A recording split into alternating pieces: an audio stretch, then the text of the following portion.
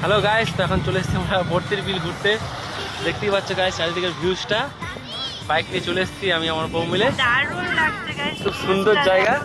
এসেছিলাম এই মার্চ এপ্রিলের দিকে, আবার আসলাম এটা কি জুলাই মাসের দিকে আসলাম। তো চারিদিকের ভিউজটা দেখতেই পাচ্ছ গাইস, ঠিক আছে, খুব সুন্দর লাগছে।